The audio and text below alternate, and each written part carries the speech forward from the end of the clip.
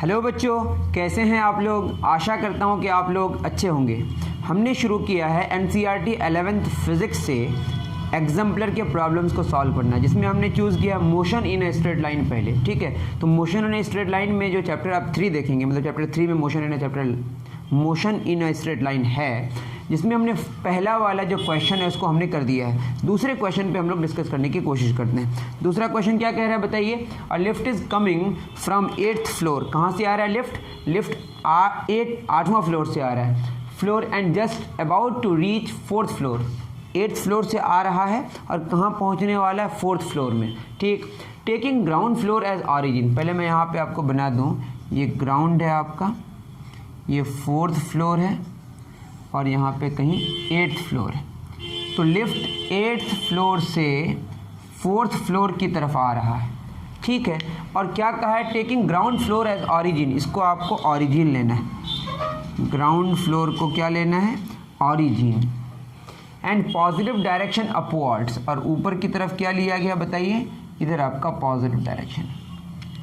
अब एक बात बताइए, अगर वो नीचे आएगा, क्योंकि ऊपर पॉजिटिव है, ग्राउंड से ऊपर की तरफ इंक्रीजिंग होगा, 8th से 4th की तरफ क्या होगा बताइए, पोजीशन डिक्रीज करेगा। क्या डिक्रीज करेगा बताइए, पोजीशन डिक्रीज करेगा। क्या होगा, पोजीशन डिक्रीज करेगा, पोजीशन डिक्रीजिंग। बात समझ आ रही है।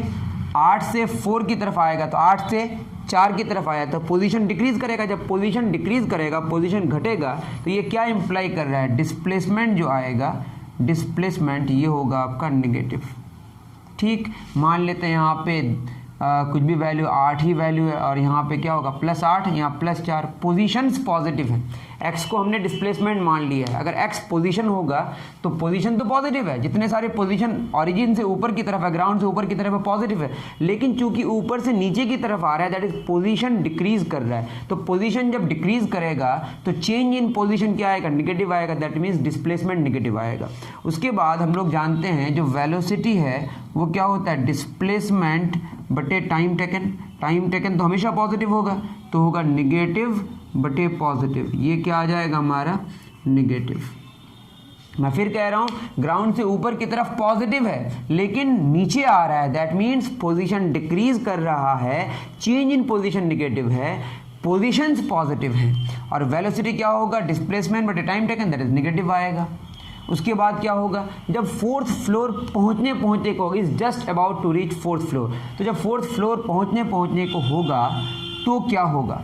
तो अब यहाँ पे एक बात आती है कि 4th फ्लोर जो पहुँचेगा, 4th फ्लोर में हम ये मानेंगे कि वहाँ आके रुकेगा।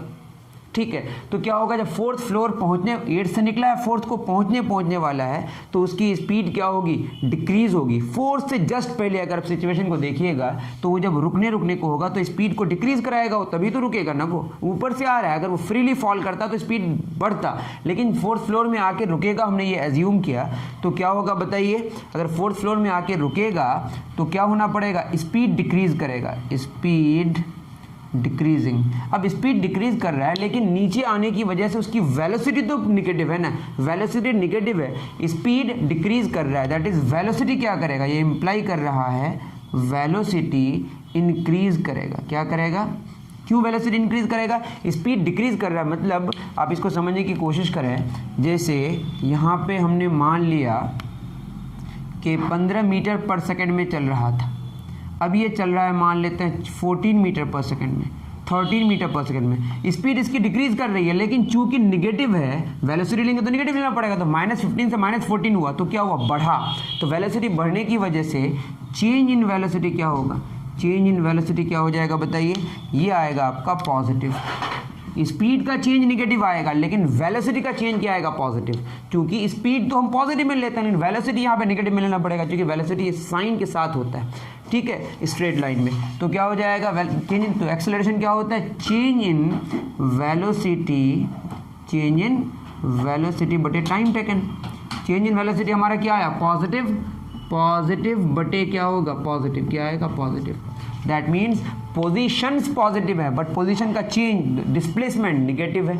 उसके बाद वेलोसिटी निगेटिव है और एक्सेलरेशन क्या आ रहा है, पॉजिटिव आ रहा है। तो इसके हिसाब से हमारा ऑप्शन ए करेक्ट। उम्मीद कर रहा हूँ कि आप समझ पा रहे होंगे।